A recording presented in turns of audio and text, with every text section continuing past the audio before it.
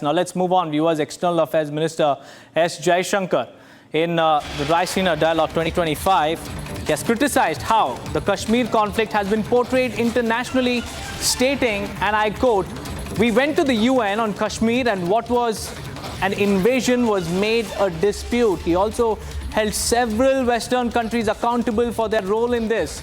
Jaishankar has now ripped into the West over Kashmir issue. Let's listen in.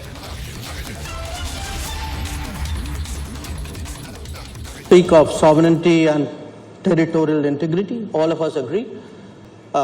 It's a vital principle. It's the bedrock of global rules. After the Second World War, the longest standing illegal, I would say, presence, occupation of a territory by another country pertains to India.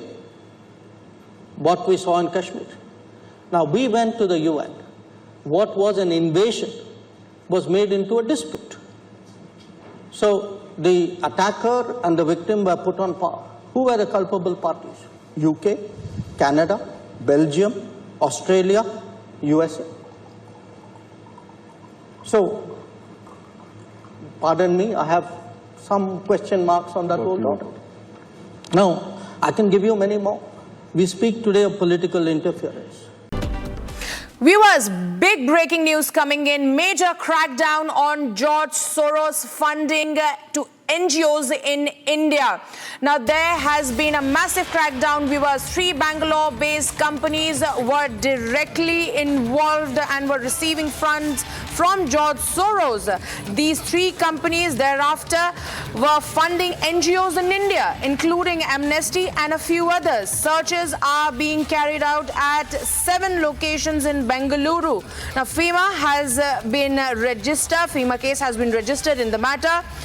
We're learning that Rootrich is the name of the company that was receiving the fund. It's a major crackdown, viewers, on the George Soros funding in India. Remember, 3 Bangalore-based companies. This is a Republic exclusive breaking, viewers. 3 Bangalore-based companies were directly receiving funds from George Soros. These 3 companies then thereafter moving forward were disbursing these funds into various others NGOs, including Amnesty, viewers, and a few others. Now, searches are being carried out at multiple locations there in the city of Bengaluru in Karnataka. 7 specific locations searches are being carried out. A FEMA case has been registered in the matter, viewer. It's a major crackdown on that foreign funding. That Republic Media Network on various occasions has highlighted that George Soros is funding to multiple NGOs in India. So now what we're learning, viewers, is that George Soros is disbursing funds to these 3 specific Bangalore-based companies, and then these 3 Bangalore-based companies have the responsibility to divert these funds into various locations in India. Joining me live on this broadcast is my colleague, senior editor Shravan Sen. Shravan, a major crackdown on George Soros funding, multiple locations in Bengaluru being raided. Well, in fact, a confirmation now coming in from top sources within the Enforcement Directorate that the searches are being carried out as we speak right now. 7 locations where these searches are being carried out. We are being told that 3 companies that were directly linked, they were receiving funds.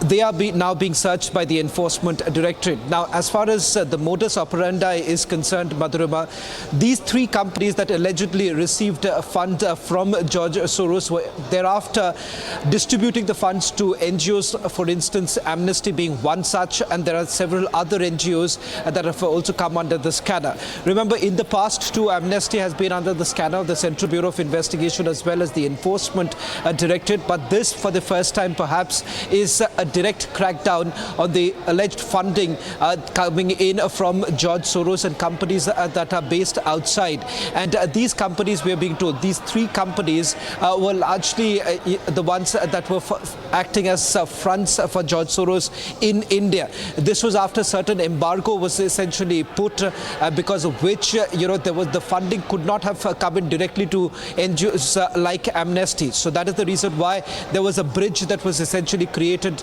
with the help of these very companies, and thereafter the funding was carried out, given to several other NGOs that basically runs into a dozen such NGOs spread across India.